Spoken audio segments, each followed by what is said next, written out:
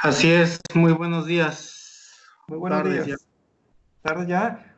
Me voy a permitirle un poco de su semblanza. Él es ingeniero químico, tiene maestría en alimentos y es doctor en ingeniería por la Universidad Autónoma de México.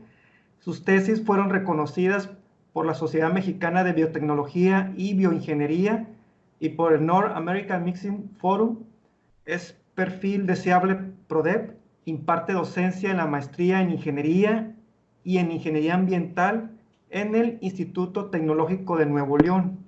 Ha dirigido varios proyectos con financiamiento, ha colaborado con universidades nacionales y también con la Politécnica de Montreal, Canadá, y con la UNIA en España, así también con empresas en el sector privado. Doctor San Juan, le cedemos la palabra. Muchas gracias por acompañarnos. Gracias, doctor Celestino, y les saludo cordialmente. Gracias por la oportunidad de presentar este trabajo y de invitar a la comunidad en interesarse en este tipo de estudios y en este tipo de prácticas que fomentan la sustentabilidad. Las plagas son el crecimiento invasivo de alguna especie que se ve favorecida por los factores que pueden ser de tipo físico, químico o biológico, y con ello las plagas afectan no solamente a los cultivos, sino también puede verse afectado el ganado o los bosques, o pueden causar enfermedades a la especie humana. Entonces ya les recordé, pero... Bueno, existen muchos tipos de variantes de plagas que pueden ser insectos o hierbas, incluso nemátodos, hongos o especies vegetales o animales. El control biológico es una técnica que permite reducir el impacto de la plaga a partir del uso de enemigos naturales que son los depredadores. Y lo que puedo decir es que cada año en México se registran afectaciones, al igual que en otros países, afectaciones por plagas, principalmente en zonas donde la tecnología agroalimentaria no está lo suficientemente bien desarrollada. Bueno, esa era la introducción de la diapositiva anterior. Si me mantienes esta, por favor. Bien, en esta imagen lo que podemos ver es algunos ejemplos de afectaciones. Las plagas pueden causar daños en las raíces, en los tallos, en las hojas, en los frutos o también en el producto post cosecha. Las plagas, como todo ente vivo, como ente biológico, pues atraviesa diferentes estadios, desde la ovopositación, el estado larvario o el estado adulto en el que ocurre la reproducción y se repite el ciclo. Siguiente, por favor. En este ejemplo, pues vienen algunos daños que causa la polilla en la papa, y al mismo tiempo quisiera ilustrar que la manera tradicional por muchos años para combatir las plagas pues han sido los plaguicidas químicos. Hay algunos de tipo organoclorado u otros de tipo organofosforado, por ejemplo, como este que se muestra aquí. Hay diferentes tipos de daños que están asociados a la utilización de agentes químicos, que pueden ser daños a la salud, al medio ambiente, y una desventaja es que las plagas generan resistencia a los insecticidas químicos y los residuos de muchos tipos de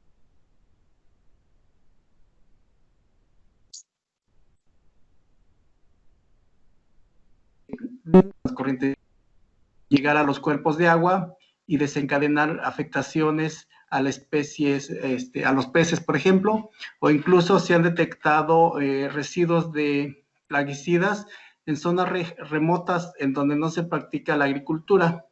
Entonces, pues como una alternativa, hace tiempo que se han desarrollado estudios de control biológico. Siguiente, por ejemplo. Bien, en esta diapositiva vemos un estudio reciente publicado hace un mes de unos investigadores en el que ensayaron precisamente el uso de nemátodos entomopatógenos para combatir esta plaga de la papa. Los investigadores, sus resultados mostraron que la efectividad del uso de nemátodos entomopatógenos para combatir diferentes estadios de esta plaga. En la gráfica se muestra pues, la efectividad que se encontró a diferentes tiempos y a los 4 días en estudios de laboratorio, pues prácticamente se tenía suficientemente bien controlada la plaga. Bien, entonces vamos a enfocarnos a hablar de los nemátodos. Siguiente, por favor.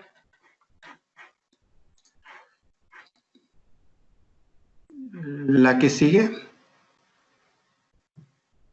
Bien, aquí hay 2 imágenes también de laboratorio. Estas imágenes se pueden consultar en internet, en videos de YouTube. Son imágenes de larvas que se infectaron con nemátodos. En la imagen de arriba pues son las larvas frescas y después de 2 semanas en la imagen de abajo se pueden observar el aspecto que toman estas larvas que murieron infectadas por la invasión de nemátodos. Siguiente.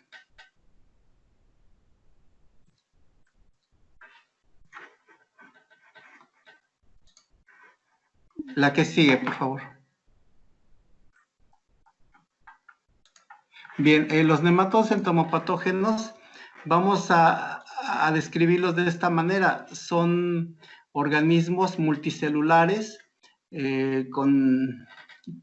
relativamente sencillos. Lo que les caracteriza es su sistema digestivo. Prácticamente, en esta imagen que se muestra es del género Steinernema. En la vida libre podríamos encontrar nemátodos de este aspecto. No se alcanza a ver muy bien, pero el nemátodo tiene una cubierta de lípidos que los utiliza como reserva alimenticia, porque en esta fase en la que los estamos viendo no se alimentan, prácticamente su sistema digestivo está cerrado y se reactiva hasta que encuentra un insecto al que va a invadir, entonces se reactiva. Este estadio se conoce como infectivo juvenil o IJ.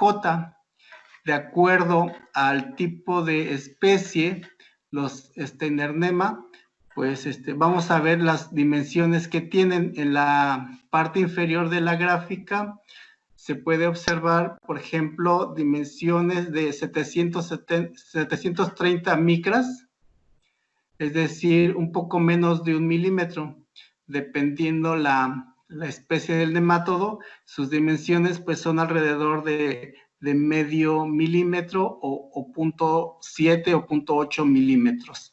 Ese es las características del género Steinernema. Siguiente, por favor.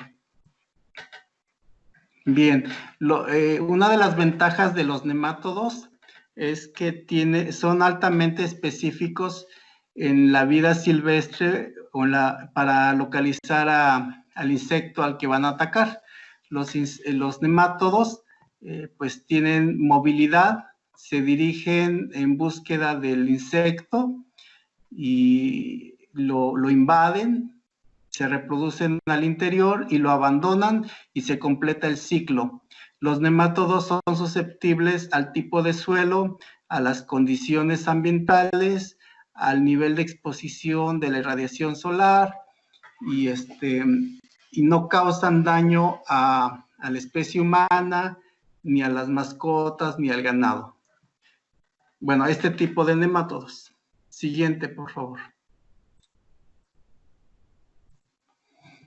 Al interior del insecto lo que sucede es que el nemátodo es simbionte de una bacteria. Entonces, una vez que el nemátodo invade la bacteria, invade el insecto que va a atacar, pues en su interior lo deposita la bacteria, y la bacteria es la responsable de crear condiciones que permitan la reproducción del nemátodo. El insecto va a morir por septicemia y el nemátodo completa su ciclo de desarrollo. Es decir, del lado izquierdo vemos el recuadro azul, que se refiere al complejo de la bacteria y el nemátodo. Este va a invadir el insecto y una vez al interior se deposita la bacteria y el nemátodo crece a formar adultos. Los adultos crean huevos y luego viene un ciclo de 4 estadios bien diferenciados, conocidos como juvenil 1, 2, 3 o 4, o de manera práctica se puede referir como J1, J2, J3 y J4. Después, este ciclo va a ocurrir solamente 2 o 3 ciclos, dependiendo las condiciones. El J3 va a interrumpir su ciclo y va a volver a cerrar su sistema digestivo y va a abandonar el insecto en búsqueda de un nuevo insecto. Ok, siguiente, por favor. Bien, en esta imagen se pueden comparar los tamaños a los que puede alcanzar el nemátodo. Bien, en las imágenes de arriba, identificadas como A y B, pues estarían los adultos. Después de que el juvenil infectivo se desarrolla, abre su sistema digestivo, se alimenta, va a crecer en tamaño, va a ganar tamaño y se diferencia, en este caso los inernemas se diferencian en machos y hembras. La diferencia es que las hembras son demasiado grandes. Decíamos que si el tamaño de los hijotas es de 0.6 o 0.7 milímetros, las hembras pueden ser hasta 10 veces esa dimensión y alcanzar tamaños de casi 1 centímetro, ¿no? Las hembras ya casi serían visibles a trasluz al ojo humano, mientras que los IJ prácticamente no se pueden percibir. En la imagen de abajo observamos lo que serían los huevos, después se eclosionan y ya salen los nemátodos y atraviesan los 4 estadios los 4 estadios juveniles. Siguiente, por favor. Bien, los dos géneros que más se conocen con actividad entomopatógena son los géneros de Steinernema y los Heterorhabditis. Cada uno de estos tipos de nemátodos vive obligadamente en simbiosis y es dependiente de la presencia de bacterias. En el caso de Steinernema, pues viven en simbiosis con Caenorhabdus, mientras que los nemátodos Heterorhabditis viven en simbiosis con Photorhabdus. Aquí algunas diferencias son que las bacterias de Photorhabdus tienen luminiscencia, y la otra diferencia sería que la primera generación de adultos de Heterorhabditis no se diferencia entre macho y hembra, sino tiene otro tipo de reproducción que son hermafroditas. Solamente la primera generación es una particularidad porque en la segunda generación ya existen diferencias entre machos y hembras. Siguiente, por favor.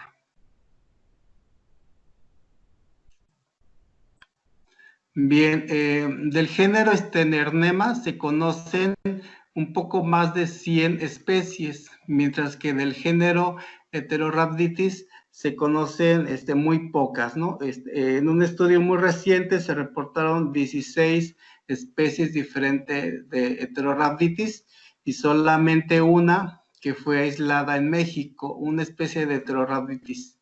En el caso de Steinernema, se tienen reportadas 2 especies aisladas en México. Ambas fueron aisladas ya sea en el grupo de Alatorre en el Colegio de Postgraduados o en la Universidad Autónoma del Estado de Hidalgo, en el Instituto de Ciencias Agropecuarias. Adelante, por favor. Bien, la bacteria simbionte del nemátodo presenta esta variante. Se identifican, la misma bacteria se identifica en dos fases, diferenciada por la presencia de flagelos, pero la fase 1 se reporta que tiene una actividad entomopatógena mucho más alta a la fase 2. Entonces es una característica que se tiene que tener en consideración en el momento de producir en el laboratorio este tipo de nemátodos. Siguiente. Bueno, este es para recordar solamente el ciclo. En el laboratorio pues se van a trabajar con infectivos juveniles.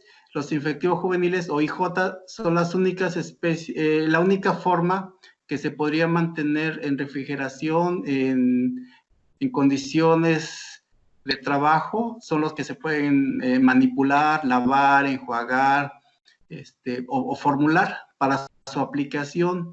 Todos los demás estadios no sobreviven fuera del insecto, son muy, muy susceptibles. Ok, siguiente, por favor. Bien, aquí está la comparación de la longitud que alcanzaría los adultos, macho o hembra, de la primera y la segunda generación. Tanto el macho como la hembra de la primera generación son relativamente más grandes, de mayor tamaño, que los adultos de la segunda generación. Por ejemplo, los machos de la primera generación pues tendrían dimensiones de la escala de 1700 micras comparado con 1400 en la segunda generación. Y las hembras también la primera generación tiene dimensiones de 8000 micras comparada con 4000 en la segunda generación. La segunda generación podría verse afectada por un fenómeno que se llama endotoquia matricida, es decir, los huevos de las hembras no alcanzan a ser expulsados y eclosionan en el mismo cuerpo de la hembra y la hembra obviamente muere y los nuevos juveniles abandonan el cuerpo de la madre, ¿no? Siguiente, por favor. Los nematodos entomopatógenos ya son un producto comercial que se puede encontrar porque existe mucho desconocimiento. A veces no se sabe si causa daños a los mismos agricultores o si va a causar otro tipo de daños. Pues es una ventaja de los nemátodos que son muy específicos para ciertos insectos y que solamente en cierta etapa de esos insectos.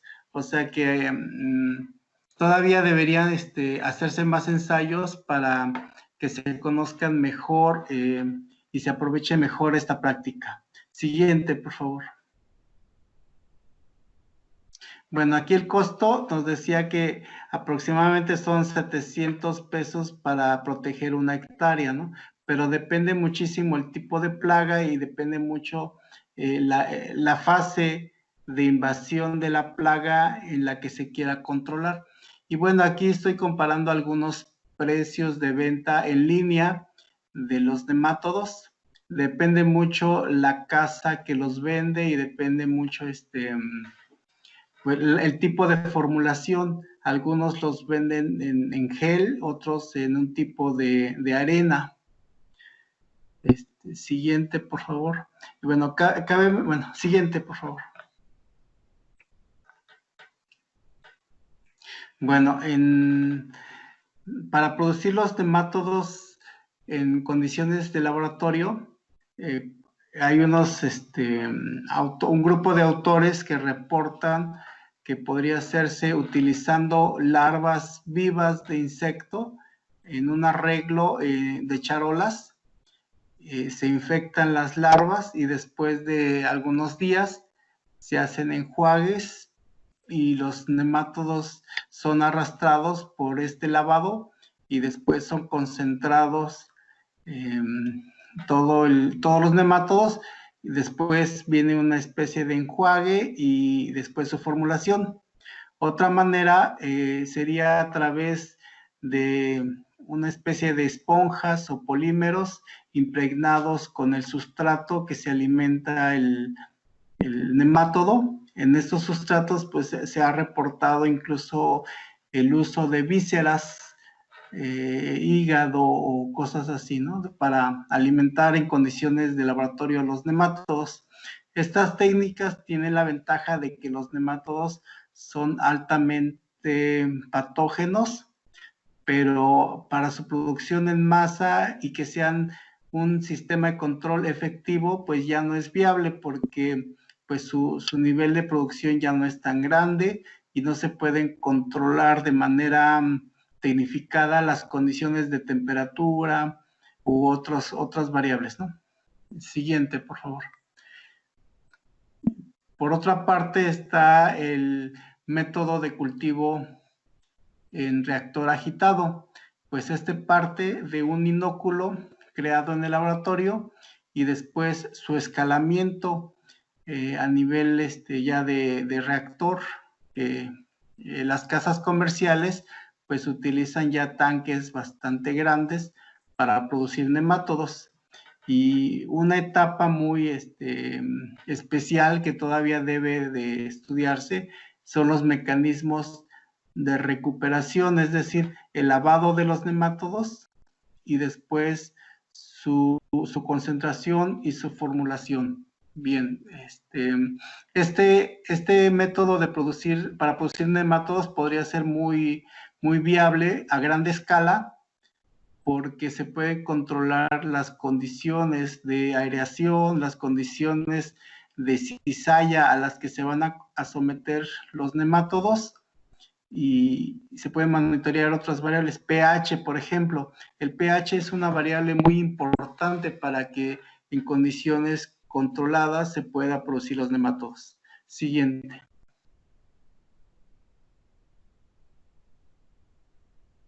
Bien, los esfuerzos de corte que se producen en los sistemas agitados son muy importantes que se tienen que considerar para la producción de nemátodos.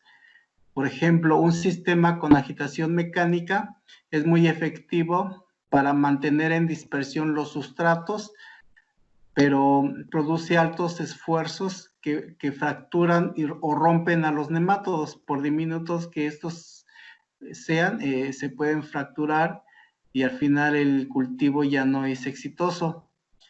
La otra dificultad que se presenta aquí es conseguir que los nemátodos se reproduzcan, porque recordemos que los nemátodos requieren apareamiento para reproducirse y que no serían los mismos efectos que reproducir levaduras, por ejemplo, u otro tipo de biomasa unicelular.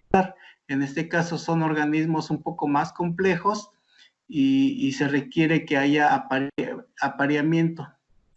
Bien, las columnas con sistemas de agitación neumática, como los reactores airlift, son columnas burbujeadas que resultan ser efectivas para producir este tipo de agentes, ya sea laboratorio o ya sea en un proceso más grande, porque además proveen de los nemátodos son obligadamente aerobios, entonces en las columnas burbujeadas pues se satisface las necesidades aerobias de los nemátodos, ¿no?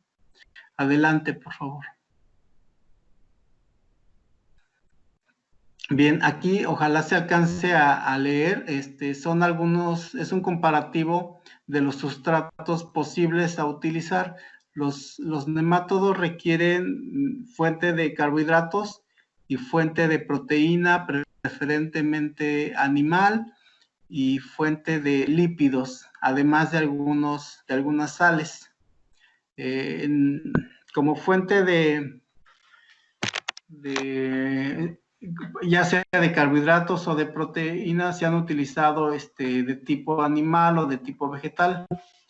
Nosotros tenemos estudios en donde se utilizaron subproductos, por ejemplo, el suero lácteo, para estudiar la producción de nemátodos, dado que es un residuo y podría tenerse el beneficio de contar con un sustrato económico. También tenemos estudios reportados donde se utilizó el aguamiel, el producto que se extrae del maguey. Es un producto rico en carbohidratos y favoreció el crecimiento de nemátodos. Bien, siguiente, por favor. Bueno, los nemátodos, para llevar a cabo el cultivo en el laboratorio de los nemátodos, es necesario primero incubar la bacteria en lapsos de entre 24 o 48 horas. Primero se inocula la bacteria, la simbionte, se cuida muy bien el pH y después se inoculan las fases infectivo-juvenil de los nemátodos. En la imagen del reactor apreciamos más o menos la apariencia que toma el cultivo. Hay que mencionar que que entre la población empieza a aumentar, el cultivo se vuelve muy viscoso y esto va a tener consecuencias de cuidado, consecuencias hidrodinámicas. En las gráficas podemos observar curvas características de la producción total de nemátodos o la aparición de las nuevas fases infectivo-juvenil. En cada gráfica viene un par de curvas. La curva superior se refiere a la población total, al conteo de la población total de machos, hembras y los diferentes estadios. La curva inferior se refiere al conteo único de los IJs. Los IJs van a ser el producto que se está buscando. Entonces vemos que comparando estos tres ejemplos de cinética, dependiendo, juegan muchas condiciones, ¿no? La hidrodinámica y el sustrato. Entonces vemos que en el primer caso fue más exitoso porque el 87% de la población a los 20 días de cultivo fueron IJs, ¿no? En cambio, en los otros casos, el porcentaje de producto efectivo de IJs fue menor. Siguiente, por favor. Bueno, aquí estamos hablando de cerca de 200,000 IJs por mililitro. Bien. Entonces, si comparamos estos resultados con otros, vamos a ver que la metodología utilizada fue exitosa porque logramos, les decía que se obtuvieron resultados cercanos a los 200,000, 198,000 IJs por mililitro, comparado con lo que reportan otros autores, pues fue muy alto. Esto quiere decir que el factor inicial, la cantidad de inóculo, se reprodujo 344 veces. Entonces, pues, sería viable el proceso para su escalamiento. Aquí estamos hablando que el estudio se desarrolló en un reactor de 4 litros, ¿no? Siguiente, por favor.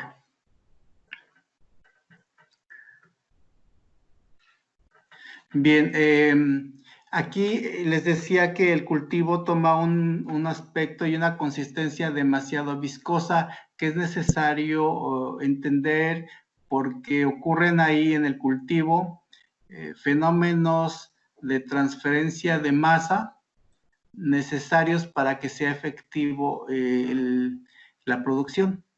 Entonces, ¿qué es lo que se hace? Se toman muestras del cultivo en el tiempo, cada 2 días, por ejemplo, y se cizallan en un reómetro, se colocan muestras y se producen las curvas de flujo. Estas curvas de flujo, bueno, demuestran que el cultivo tiene comportamiento no newtoniano, es decir, que la viscosidad del cultivo depende de la velocidad de cizalla. La ecuación que nos ayuda a explicar este comportamiento sería la que se muestra de eta igual a una constante por gamma elevada a un exponente, que se conoce como la ley de la potencia.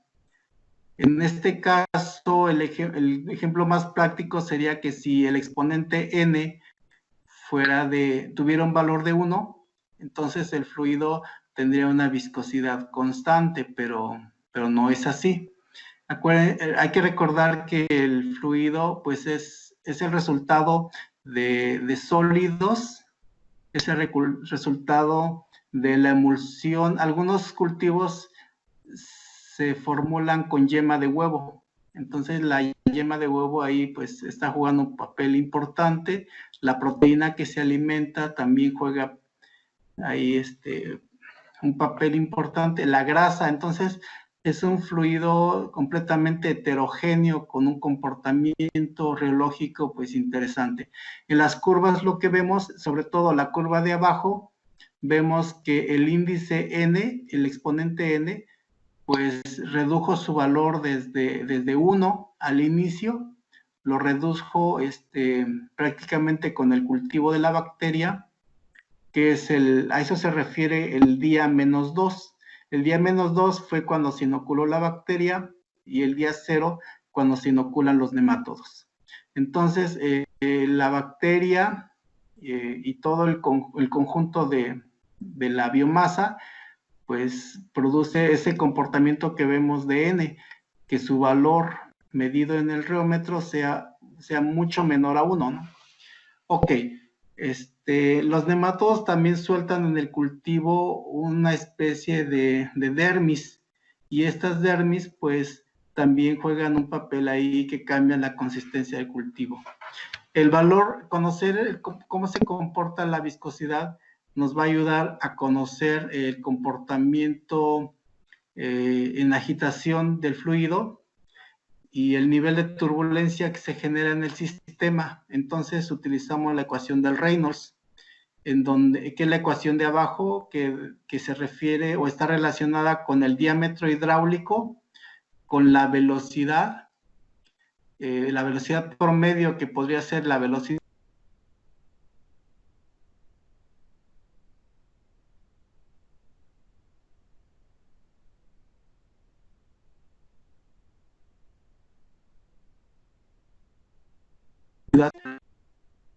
siguiente, por favor.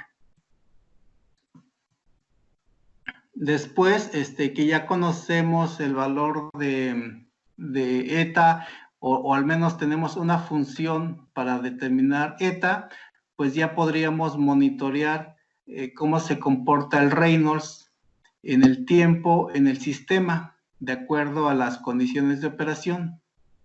Y pues lo que se observa en la gráfica 1, la gráfica superior, pues es esa variabilidad del régimen de turbulencia en el tiempo. En la curva inferior lo que se está mostrando es el comportamiento del coeficiente global de transferencia de oxígeno, el KLA, respecto al tiempo. Este coeficiente pues depende de muchas variables, como sería la tensión superficial, sería la velocidad superficial, serían algunos parámetros de diseño. Y en conjunto, el Reynolds y el KLA, pues son escenarios en los que van a determinar o incidir directamente en la producción total de nemátodos. Y en esta gráfica final, pues lo que se observa, lo que nos indican el tamaño de los círculos, es la producción de nemátodos a condiciones de KLA y Reynolds. Como conclusión de esta gráfica y de lo que se conoce hasta ahorita de la hidrodinámica, pues se puede decir que la producción de nemátodos se favorece en sistemas neumáticos, ¿no?, con agitación neumática. Esto tendría se podría validar a partir de los bajos esfuerzos que produce a partir del alto nivel de oxigenación que se proporciona al medio. En particular, si recordamos cómo es un reactor Airlift contiene varias zonas, una de ascenso, que es altamente turbulenta, y una zona de descenso, donde es en un nivel de turbulencia mucho menor. Los bajos niveles de turbulencia podrían ayudar al apareamiento de los nemátodos, mientras que los altos niveles de turbulencia podrían ayudar a una mejor oxigenación y a mejor dispersión de los sustratos. Los nemátodos, al ser organismos multicelulares, tienden por gravedad a precipitarse fácilmente, entonces se tiene que mantener una oxigenación, un nivel constante, solamente que los mantenga en suspensión, que los oxigene. Después de un cierto tiempo de romper la oxigenación, los nemátodos podrían morir. Siguiente, por favor.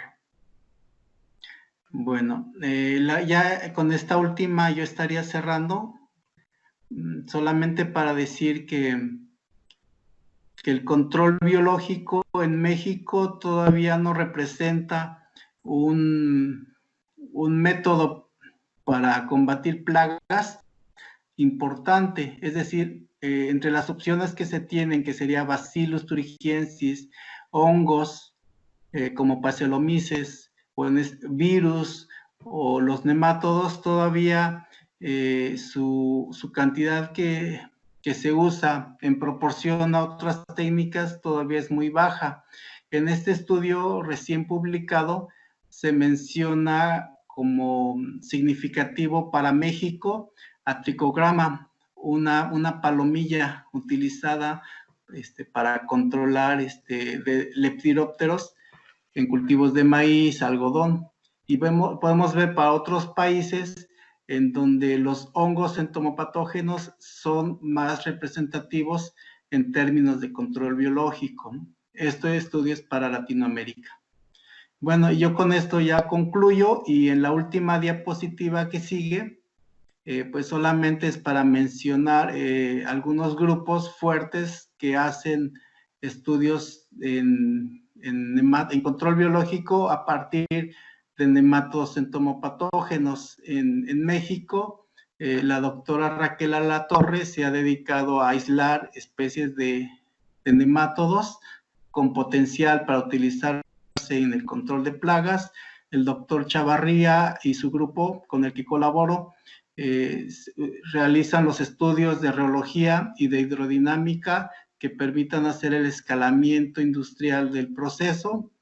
Después está el doctor Ralf Ehlers en Alemania, que tiene toda muchos estudios en cuanto a nemátodos. En Estados Unidos están los doctores David Shapiro y Randy Gauler, que son los que generan mucha literatura en cuanto a nemátodos.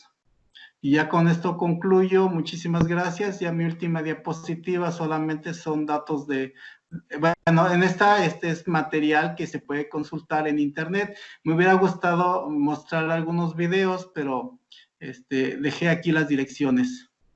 Y en la última, ahora sí, solamente es para agradecer y datos de contacto, ¿no? En el Tecnológico de Nuevo León, pues, donde estoy adscrito, pues tenemos programas de licenciatura, tenemos un centro de investigación y un programa de maestría, y pues estoy a su disposición para atenderlos ahorita o en otra ocasión, y muchísimas gracias. Muchas gracias, doctor René, por su participación. Algunas preguntas que nos hacen es la mejor manera de reproducirlos, qué tipo de bioreactores, y si también se puede utilizar la técnica de in vitro. Sí, bueno, la mejor manera sería utilizando larvas de insecto, porque al final los nemátodos van a ser altamente patógenos. Es decir, se requerirían menor cantidad de nematodos para atacar y quizá en menos tiempo a las plagas, ¿no? Ese podría ser, Okay. pero a escala industrial, pues es menos viable. Las condiciones de operación podrían ser en columnas aireadas, columnas burbujeadas. Desde el fondo se inyecta un flujo de aire y en el mejor de los casos podría estar enriquecido con oxígeno. Y serían unas condiciones buenas para la producción de nematodos. También nos preguntan sobre el ciclo de vida, si no puede afectar al ecosistema o inclusive al consumo humano, a los humanos. Sí, no, bueno, los nematodos, son muy susceptibles casi, por ejemplo, si la verdura se va a lavar y cocer, pues ya no existirían más nematodos, ¿no? Desaparecen. La idea de lo que se propone es que los nematodos fueran aislados en la región donde se van a utilizar. Los nematodos están dispersos por donde sea. Entonces lo ideal sería contar con especies propias del lugar que no sean ajenas y mucho menos que sean traídas del extranjero o de otras zonas, ¿no? Esas serían condiciones de buena práctica sustentable para el uso de agentes de control biológico. Excelente, doctor René. Muchas gracias por su participación y otorgamos el siguiente reconocimiento al doctor René San Juan Galindo por la participación con el tema producción in vitro de nemátodos entomatopatógenos para el control biológico de insectos plaga en el segundo simposio de ingeniería en biosistemas llevado a cabo el día 10 y 11 de agosto. Firma el doctor Alejandro Sergio del Bosque González, director de la facultad. Muchas gracias, doctor René, por su participación. Gracias. Por su tema. Gracias. Muchas gracias.